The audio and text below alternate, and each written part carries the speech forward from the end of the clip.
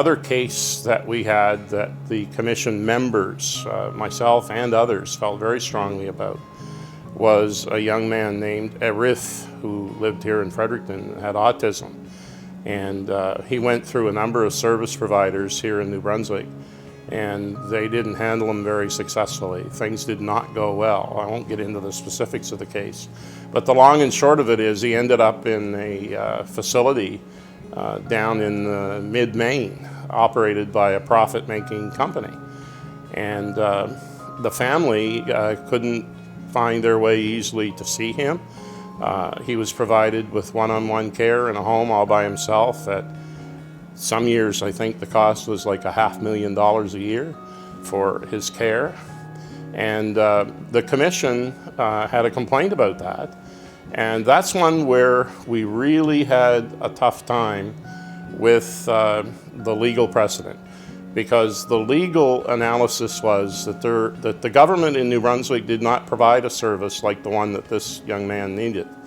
And therefore not providing it to him was not discriminatory, because, you know, in order to have discrimination, you have to have a group where some people get the service and some people don't. And since no one of his type got the service, there's no discrimination. There's simply no service.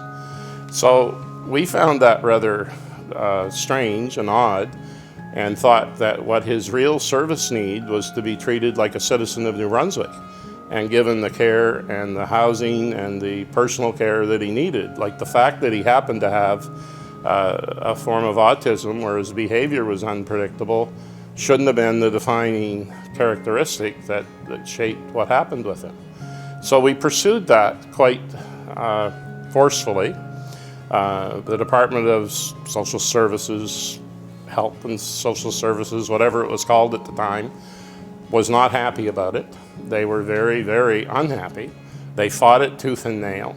Every step they took to appeals courts, and frankly, we didn't win.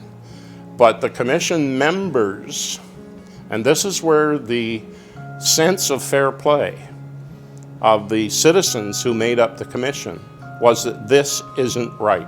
It isn't right that a New Brunswick young man who needs support should be forced to leave his country. And this was at the time when they had, you know, the border was becoming thicker, when the Iraq War was on, when George W. Bush was not very popular in Canada. And we were forcing this young man go to another country in order to get service. And, you know, you could almost see it like incarceration. Like, you know, he didn't have much freedom. He wasn't really prison, but it wasn't really that different either. So the members just felt that wasn't right and it wasn't fair.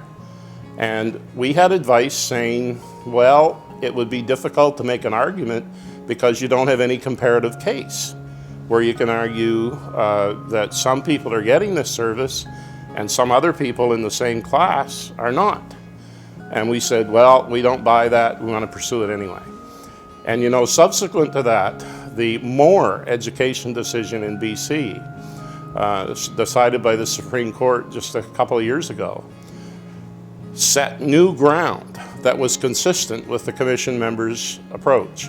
Because this young man had been referred to a specialized learning disability service, and the school district closed the service down before he got into it. So the family put him in a program that they paid for, a private service, and then after the fact they sued and wanted the payment for that. Well, it took almost 15 years for this to get to the Supreme Court. And when it finally got there, the Supreme Court said that comparing him, like the district had the same argument as the New Brunswick government did. We don't provide this service, so we're not discriminating if we don't give it to him. And the Supreme Court of Canada said, no, no, no, no, no. The comparative group for this young man, Jeffrey Moore, is the students of the public education system of British Columbia. It's not other children who have his exact profile or label. He must be compared to all those other thousands of children in terms of getting what he needs in order to achieve an education. And that decision, as I understand it, I'm not a lawyer, but as I understand it, that was the first decision that countered this belonging to a class, because over and over in the Human Rights Commission I heard over and over, what's the class of people, like who's the comparative group that you're going to say that he's discriminated against and somebody else isn't? And that whole argument was overturned by the Moore decision. So it's kind of nice to know that these ordinary citizens, members of the commission in New Brunswick, were on the right track. That we lost our case, but you know, like, I don't know, 10 years later, the Moore education decision in British Columbia made that argument that the comparative group is the citizens, the students in this case, of British Columbia. It's not the people who are exactly like this child.